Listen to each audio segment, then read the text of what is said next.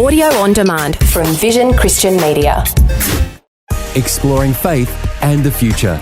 Neil Johnson and Bible teacher Dr. Camille Majdali. More today, beyond the headlines. We've been talking about fundamentalism. Fundamentalism with its foundations in Christianity, but the ugly face of the rise of fundamentalism in Islam, which has shown extremism and violence in so many ways. Camille, we began to talk about Iran and the amazing history of Iran. Is there good news about Iran that we ought to be able to focus on? Great question, Neil. Iran is rightly in the spotlight of world news, and Iran is rightly to be respected as far as its history is concerned, particularly the time of the Persian Empire, but even in centuries since then. Yes, even though what we've heard out of Iran has been a lot of bad news. I mean, the media, when it reports on Iran, usually is in a negative light. It is considered a state supporter of terrorism. It is considered a regional mischief maker, that with behind every conflict going on in the Middle East, somewhere between Morocco and Iraq, Iran has a finger in the pie. And then, of course, it is virulently anti-Western, at least from a government level. Iranian people tend to be very pro-Western, but the government's not so. It's anti-America, it's the great Satan, it's anti-Israel, it's the little Satan. So with all this, and then, of course, the nuclear issue and the concern that Iran may breach the nuclear agreement it made and cheat and get a nuclear bomb, all these have people worried. And, of course, there's other things Iran can do. But is there any good news? The answer is yes. Amazing news, miraculous news. Because I've gotten this from incredibly reliable sources, that Iran has the fastest growing national church in the entire world. Iran.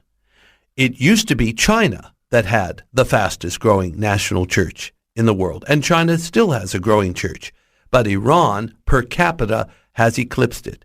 And this is rather remarkable when you consider that conversion to Christianity is considered apostasy, which on the books is punishable by death, and that it is illegal to evangelize, plant churches, have Sunday schools, print Bibles, and yet despite all the impediments, the church is growing in Iran. I had one well-placed source tell me there are some Christians in Iran that have never seen a Bible and have never met another Christian.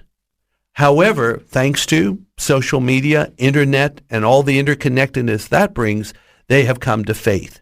But all the things that they can't do legally are still happening in Iran. It is like a revival, indeed like a Holy Spirit revival, Neil. And Camille, is Iran like a small picture of what is going on in the broader Middle East? Well, it would seem to me Iran is more the exception than the rule because of this rapid, if not explosive growth in evangelical / spirit-filled Christianity.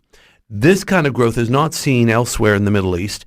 And ironically, in a place like Turkey, which has been Western leading and secular for almost a century, you don't have that kind of growth of the Turkish indigenous church like you're having in Iran. In fact, nowhere near it.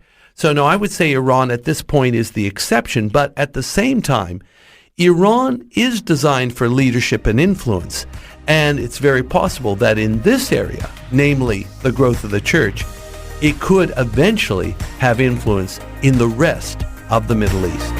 Faith and the Future with Neil Johnson and Dr. Camille Majdali from Teach All Nations. For more from Dr. Majdali, including books and DVDs on prophecy, Bible commentaries, plus today's and other episodes of Faith and the Future, go to vision.org.au. Thanks for taking time to listen to this audio on demand from Vision Christian Media.